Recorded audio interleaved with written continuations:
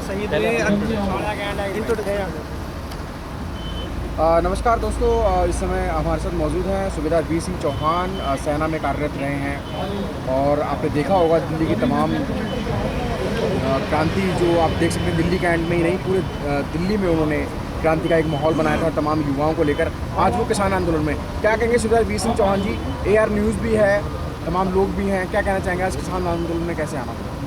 देखिए, पिछले 34-35 दिन हो चुके हैं जिस प्रकार से हमारे किसान, मेरे पिता, मेरे भाई, क्योंकि हम सैनिक हैं और सैनिक किसान का ही बेटा होता है। 100% जो है जितने भी मेरे सरहद पर मेरे सैनिक भाई हैं वो किसान के घर से अच्छे अच्छे संस्कार लेकर के जाते हैं।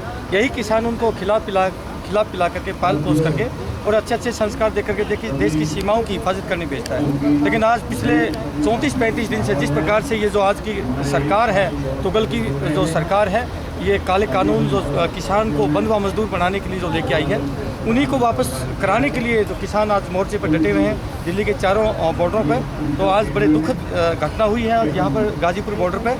आज एक किसान की शहादत हुई है। मैं ईश्वर से प्रार्थना करता हूँ कि ईश्वर जो है उसके परिवार को ताकत दे इस दुख को सहन करने की। और ये जो जितने भी किसान हैं उनकी शहादत से इनको और बल मिला है। ऐसा नहीं है कि इस शहादत से टूटने वाले हैं। जितनी शहादतें ये सरकार लेगी उतनी ही जो है इनकी किसानों की हिम्मत और इनका आंदोलन और जो है मजबूत होता जाएगा, इनकी जड़ें और मजबूत होती जाएंगी। और जो सरकार है उसके ताबूत में जो आखिरी कील जो है ये किसान ठोकेंगे, क्योंकि इन्होंने तो देख लिया कि अपने काले कानून लेके आए। ये काले कानून सिर्फ और सिर्फ अपने व्यापारी मित्रों को फ़ायदा पहुँचाने के लिए लेके आए। अरे भाई, पहले एक तय सीमा होती थी भंडारण करने की कुछ ऐसे खाद्यान्न पदार्थों की। उस वक्त भी मेरे को याद है जब मैं श्रीनगर में पोस्टिंग था, लगभग 150-200 रुपये किलो प्याज का रेट पहुंच गया था सन 2000 में। ऐसे कानून होने के बावजूद, सज़ा का प्रावधान होने के बावजूद भी व्यापारी कुछ जो है उसको अंडरग्राउंड कर लेते थे। आज तो मोदी साहब जो है उसको बिल्कुल खुली छूट दे रहे हैं अडानी अंबानी को। इतने बड़े बड़े वेयर हाउस बन रहे हैं। अगर ये पूरे देश का किसान का जो अन्न है जब निकलता है उस टाइम ये औने पौने भाव में खरीदेंगे, और जब पूरा अनाज उसके गोडाउन में पहुंच जाएगा तो यही अनाज जो 20-25 रुपये किलो आज नॉर्मल रेहड़ी पटरी वाला गरीब मजदूर को जो आज मिलता है, ये कम से कम भी 100 रुपये पहुँच जाएगा जब उनकी अडानी अंबानी की उसके ऊपर मोहर लग जाएगी, पैकिंग हो जाएगी। तो ये तो मैं सैल्यूट करता हूँ किसानों को, इन हमारे भाइयों को।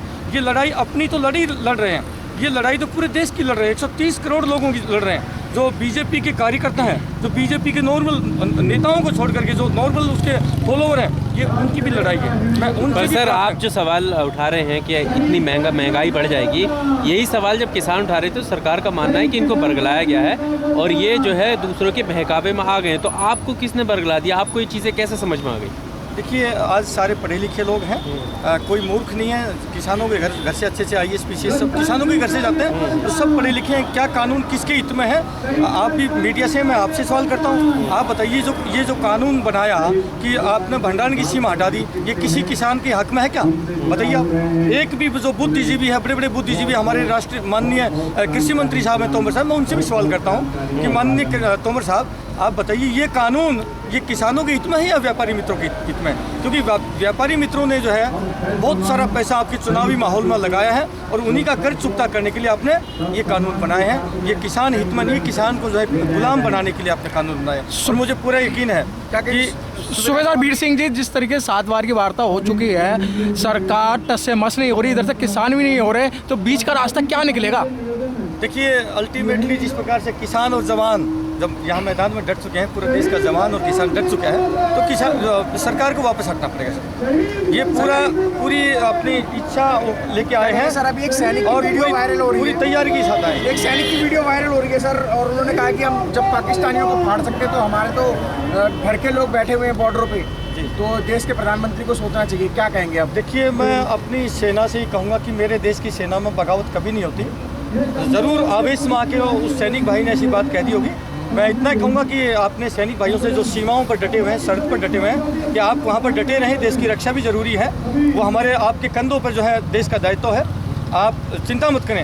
यहाँ पर हम पूर्व सैनिक किस काम के हैं? हम पूर्व सैनिक आ चुके हैं और यहाँ पर अपने जवान किसान और पिताओं और भाइयों के साथ में हम कंधे से कंधा मिला करके, और मैं पूरे देश के जितने मेरे पैरामिलिट्री फोर्सेस के भाई हैं, जो यहाँ पर पुलिस वाले हैं, BSF, ITBP, CRPF, मैं सभी से प्रार्थना करता हूँ आपके चैनल के माध्यम से कि जो आपके रगों में खून है, इन्हीं किसानों का खून है, इन्हीं किसानों का खून है। सौगंध है आपको इनके खून की, सौगंध है आपको इस मिट्टी की। अगर आपका डंडा आपके इन पिताओं पर, आपके भाइयों पर चले, सौगंध है आपका डंडा चलना चाहिए, इन नेताओं पर चलना चाहिए। जो संसद में जो आतंकवादी बैठे हैं, आज आतंकवादी करें। अरे भाई, किसान जो है पंजाब के, हरियाणा के, यूपी के, राजस्थान के, सारे देश के किसान हैं। सिर्फ ये जो है इस आंदोलन से सरकार घबरा चुकी है। जितना पीसफुल मैनर्स में, इतना बहुत शालीनता के साथ में, एक बिल्कुल सदी हुई ताकत के साथ में जो किसान ये लड़ाई लड़ रहा है, मुझे पूरा यकीन है सरकार की चूलें हिल चुकी हैं। सरदार वीर सिंह जी, जिस तरीके से आप बता रहे हैं, और जब जो फौज के लोग हैं, जो मिलिट्री के लोग हैं, जो अपनी आवाज़ उठाते हैं, जो सच्चाई की आवाज़ उठाते हैं, उनको सस्पेंड कर दिया जाता है, उनको तरह तरह की त्रासना दी जाती हैं, तो आज किसानों के साथ हो रहा है, तो आज किसान और जवान एक साथ हैं। जी जी बिल्कुल। मेरे पास भी काफ़ी सारी धमकियाँ आई हैं कि आप तो पेंशन लेते हैं, आपकी पेंशन को बंद कर देंगे। मैं ऐलान करता हूँ मोदी साहब आपको, और अपने जितने भी अमित शाह जी, आपको मेरी पेंशन काट दीजिए। मैं भूखा नहीं मरूंगा, मैं किसान का बेटा हूँ। पूरा देश मेरे साथ में है, क्योंकि मैं किसान के साथ में खड़ा हूँ। मैं तुम्हारे जैसे नेताओं की दलाली नहीं करता। कभी भी इतिहास रहा है, कभी भी इस देश के अंदर जो भी सत्ता पक्ष का जिसने साथ दिया, वो दलाल नहीं दिया। क्यों जी, मैं गलत तो नहीं कर रहा हूँ? सही कर रहा हूँ, गलत कर रहा हूँ? ठीक है, ठीक है। जब सत्ता पक्ष का साथ दिया है, तो दलालों ने दिया है। आज मैं विपक्ष में खड़ा हूँ, मैं अपने किसान भाइयों के साथ में हूँ। और आज जो क्रांतिकारी लोग हैं, देखो ये चेहरे बदल चुके हैं इन्हीं के बीच में, क्योंकि आत्मा नहीं मरती है, आत्मा तो अजर अमर है, शरीर नष्ट होता है। इन्हीं के बीच में भगत सिंह, सुखदेव, राजगुरु, मंगल पांडे, अशफाक उल्लाह खान, इन्हीं के बीच में वही जोश है, वही जज्बात है। आज एक इनकलाब का जो नारा लेके आए हैं, आज मुझे पूर्ण यकीन है सरकार को पीछे हटना ही पड़ेगा।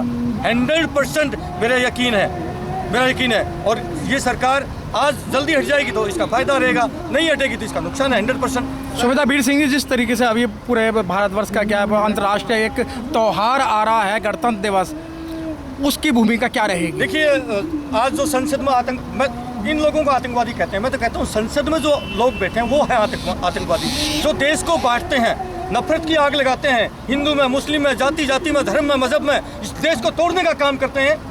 आतंकवादी तो ये है ना, है कौन बताइए? आतंकवादी तो संसद में बैठे हैं। इन आतंकवादियों को जेल में डालना पड़ेगा। मैं कहता हूं जितने संसद में बैठे हुए आतंकवादी 544 जो सांसद हैं, इन लोगों को जेल में डालने की इतना गंभीर आरोप कैसे लगा सकते हैं? असली आतंकवादी ये लोग हैं। आप क्या बात कर रहे हैं? आप कोई भी पार्टी बता दीजिए, कोई जाति में तोड़ती, कोई मजहब में तोड़ती, कोई धर्म में तोड़ती, सब तोड़ने का काम करती है। यानी कि देश को तोड़ने का काम करे आतंकवादी वो है, या देश को जोड़ने का काम करता वो है? ये तो जितने भी किसान हैं, ये तो सारे हिंदू, मुस्लिम, सिख, ईसाई, जाति का तो नाम ही नहीं है। सब मिलकर के देश को जोड़ने का काम करें। पर आप बोल रहे हैं कि इन लोगों ने ही उन सांसदों को चुना है, तो इन्होंने आतंकवादी तो नहीं चुने? मैं तो एक चीज़ मानता हूँ, 2014 में ज़रूर जो है मोदी जी का माहौल था, बहुत ही उसके साथ मैं बोल रहा हूँ, मैं शालीनता के साथ में, कि ये जो सरकार है, ये सरकार चुनी हुई सरकार नहीं है। ये ईवीएम मशीन के अंदर गड़बड़ी करके ही ये सरकार बनी है। डंडे के जोर पे भी बनी है, डंडे के जोर से ऊपर से नीचे तक एक ठीक है, एक मिनट। कुल मिलाकर के ये जो सरकार है, असली जो इसकी जान है वो ईवीएम मशीन के अंदर है। जैसे नाभि में जान थी रावण की, ऐसे ही इसकी नाभि के ऊपर वार करना पड़ेगा। ईवीएम मशीन के खिलाफ भी हमें ये आंदोलन जो है ना तेज करना पड़ेगा। बहुत सारे वक्ता बोले, लेकिन उन्होंने ईवीएम मशीन का नाम ले लिया। मैं कहता हूँ आप ईवीएम मशीन का नाम लेना चालू करिए। ये जो सरकार है ना, मोदी सरकार, ये बौखला जाएगी, क्योंकि आप पूरा हिंदुस्तान खड़ा हो जाए साहब, 130 करोड़ अगर लोग भी, पूरा हिंदुस्तान भी खड़ा हो जाएगा, ये सरकार नहीं घबराएगी। क्यों नहीं घबराएगी? इसको पता है जीत तो मैंने मशीन से जाना ही है। वोट जनता डाले ना डाले, चाहे पूरा देश हमसे नाराज हो जाए, तो कुल मिला करके आप लोग ईवीएम मशीन को बंद करने की भी जो है ये ऐलान करिए। अब मैं आपके चैनलों के माध्यम से माननीय निर्वाचन आयोग से विनती करता हूँ कि हम मालिक हैं, आप पब्लिक सर्वेंट हैं, पब्लिक हम हैं, तुम पब्लिक सर्वेंट, तो तुम्हारी औकात नहीं है। अगर ये मालिक कहेगा कि ये बंद होनी चाहिए और हम करवाएंगे, अगर तुम्हारी औकात हो तो तुम रोक के दिखा देना इस बात को। कमाल हो गया यार। जितने भी सरकारी महकमों में बैठे सुबेदार वीर सिंह जी, जो आप जो ईवीएम का आरोप लगा रहे हैं कि ये चुनाव आयोग से हट चुका है, चुनाव आयोग के हाथ में नहीं है, जब तक संसद भवन के अंदर 560 आर्टिकल तहत नहीं मुद्दा आएगा, जब तक ये ईवीएम कैसे खत्म करेंगे? आप तो पढ़े लिखे लोग हैं। बिल्कुल सही कह रहे हैं, इसीलिए किया इन्होंने, क्योंकि अगर चुनाव आयोग का हाथ में रहेगा तो वो पब्लिक के उसमें प्रेशर में आ जाएगा। लेकिन ये तो, क्योंकि इनको तो जीतना ही जीतना है, सरकार तो इन्हीं को चाहिए। ये तो मरते दम तक सोचते कि हम ही इस देश को लूटे, खसूटे और देश का खून चूसे। अमित शाह ने कह दिया ना 50 साल तक राज करेंगे हम। अरे साहब, बड़े बड़े जब वो नहीं रहे तो ये भी नहीं रहेंगे। इनका मतलब कि सर एक भी ट्वीट नहीं आता है प्रधानमंत्री का इस शहीद होने के बाद भी 35-40 जैसा कि बता रहे हैं। देखिए, जिसके मन में रहम दिल नहीं है, पत्थर दिल है, वो क्या ट्वीट करेंगे। ये इन किसानों की इस कड़कड़ाती की ठंड के अंदर बैठे हुए हैं पिछले 35 दिन में, जिसके अंदर इतनी भी मानवता नहीं है, वो तो पत्थर दिल है साहब। ये तो मैं कहता हूँ पूरे देश को अब अंगड़ाई लेनी पड़ेगी। जब जब देश के ऊपर कोई अधर्म बढ़ा है तो जो है किसी न किसी को अवतार के रूप में आना पड़ा है। अब तो किसानों को मैं कहता हूँ, किसान और जवान मिल करके इस देश के अंदर एक कुछ अलग से जो है खड़ा करना पड़ेगा साहब। सर लगातार आपने ईवीएम पर सवाल उठाया। जब चुनाव करीब आते हैं या चुनाव की डेट आती है तो फिर बाकी विपक्षी दल हो, सभी पार्टियां फिर ईवीएम के साथ क्यों चली जाती है? अगर उन्हें खतरा लग रहा है कि उनका वोट चोरी हो रहा है, या फिर एक किसान को, एक वोटर को ये खतरा लग रहा है कि उसका वोट चोरी हो रहा है, तो किसान उस टाइम आंदोलन पहले जो सरकार में थे उनका भी यही पेशा था, अब ये आगे इनका भी ये पेशा है। तो चोर चोर मुसेरे भाई हैं, ऐसी कांग्रेस थी, ऐसे ये हो गए। तो कुल मिला करके अब तो किसान और जवान को मिला करके एक अंगड़ाई लेनी पड़ेगी भाई। हमारे को नेता बनने की कोई और नहीं, शौक नहीं था। हमारे 3 पीढ़ी से सेना में रहे, मेरे दादाजी, मेरे पिताजी, मैं। लेकिन अब जो है इस माँ भारती को हमें लग रहा है कि ज़रूरत है। इस देश, ये मेरा देश बारूद के ढेर पे है, कब चिंगारी लग जाए बारूद के ढेर में और देश में कत्लेआम हिंदू मुस्लिम, इनका पेशा ही है साहब। इस देश को बचाना पड़ेगा, अब हम लोगों को आगे बढ़ना पड़ेगा बेटा।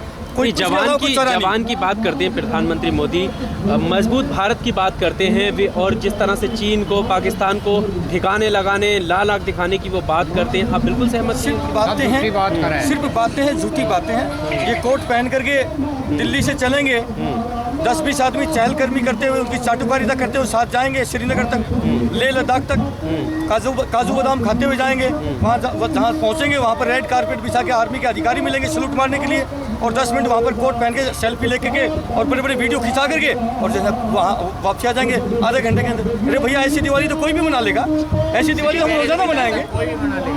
तो ऐसे ये करने से, जैकेट पहनने से सैनिक हितैषी नहीं होते।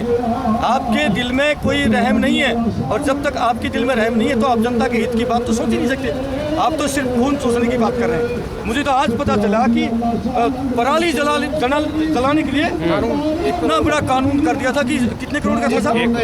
1 करोड़ का जो है किसानों के ऊपर चालान होगा। बताइए, 1 करोड़ पराली जलाने, नहीं तो 5 साल की जेल। ये कमाल की बात है। ये कौन सा, क्या कर रही है यहाँ पर? ये पूरे मेरे को लगता है नॉर्थ कोरिया बनाना चाह रहे हैं इस देश को। ऐसा नहीं होगा। पूरा देश जाग चुका है, पूरे देश ने अंगड़ाई ले ली है, और आने वाला वक्त बहुत बड़ा बदलाव लेके आएगा। मुझे पूरा यकीन है, जितने हमारे किसान जो नेता हैं वो उनकी जो है सूझबूझ के साथ जो काम चल रहा है, बहुत शालीनता से, तो किसी प्रकार का इसमें तोड़ फोड़ या किसी प्रकार की गाली गलौज, किसी प्रकार का नुकसान नहीं है। एक सैनिकों का अगला कदम क्या रहेगा किसान आंदोलन? पूर्व सैनिक अपने देश के किसानों के साथ में थे, उन्हीं के घरों के बेटे हैं, उन्हीं के साथ में मरते दम तक। हम तो सैनिक, हम तो हैं किसान। हम तो अपनी लाइफ का एक 30-32 साल वहाँ पर दे के आए, पहले किसान थे जाने से पहले, और अब दोबारा फिर किसान है। हम तो हैं किसान। तो इसलिए पूरे सैनिक जितने भी हैं पूरे देश के, वो अपने किसान भाइयों के साथ में।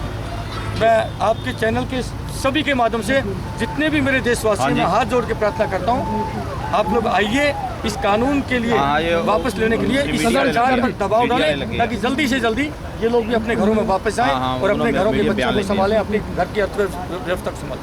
ठीक, सूबेदार यार, थैंक यू सर।